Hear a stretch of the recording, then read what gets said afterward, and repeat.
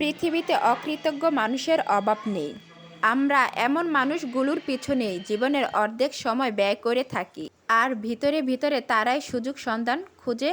আসসালামু আলাইকুম, সবার কী অবস্থা? আশা রাখছি ভালো আছেন। আজকে একটু বড় রুই মাছ রান্না করেছিলাম। এর জন্য মাছটাকে আমি প্রথমে ভেজে নিয়েছি। আর মাছটা ভাজলে খেতে মজা লাগে। মাঝে মাঝে আমি ভাজি না, কারণ এটা আপনাদের ভাইয়া অনেক পছন্দ করে না ভাজাটা। আর তার জন্য আজকে আমি ডাঁটা দিয়ে আর মিষ্টি কুমড়া দিয়ে এই তরকারিটা রান্না করব।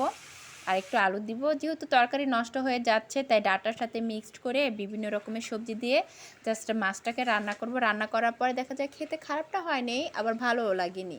যেহেতু ডাঁটা দিয়ে রান্না করলেও ভালো লাগতো, আর শুধু মিক্সড ছাড়াও ভালো লাগতো। এদিকে আমার রান্নাও শেষ প্রায়। এখন জাস্ট আমি জিরা দিয়ে দিব। আর অন্যদিকে আমি একটু রান্না করব ছোটো মাছ, ছোটো মাছের চচ্চড়ি। আর ছোটো মাছ খেলে কিন্তু চোখের জ্যোতি বাড়ে, আর খেতে কিন্তু অনেক মজাই লাগে। এই তো এদিকে আমি ছোটো মাছের চচ্চড়ি করব দেখে জাস্ট আগে আমি সব মশলা দিয়ে এখন আমি জাস্ট ঢাকনা দিয়ে ঢেকে রাখবো। আর তেল লবণ সবই দেওয়া আছে।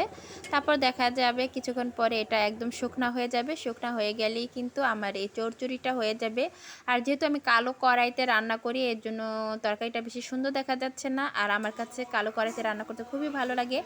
আর ইদানিং যেহেতু ঘন ঘন বৃষ্টি হচ্ছে, তাই ভাবলাম একটু পেঁয়াজও তৈরি করব। আর এর জন্য পেঁয়াজ ভেজে নিচ্ছি। আজকের মতো রান্না এখানেই শেষ। সবাই ভালো থাকবেন। আল্লাহ হাফেজ।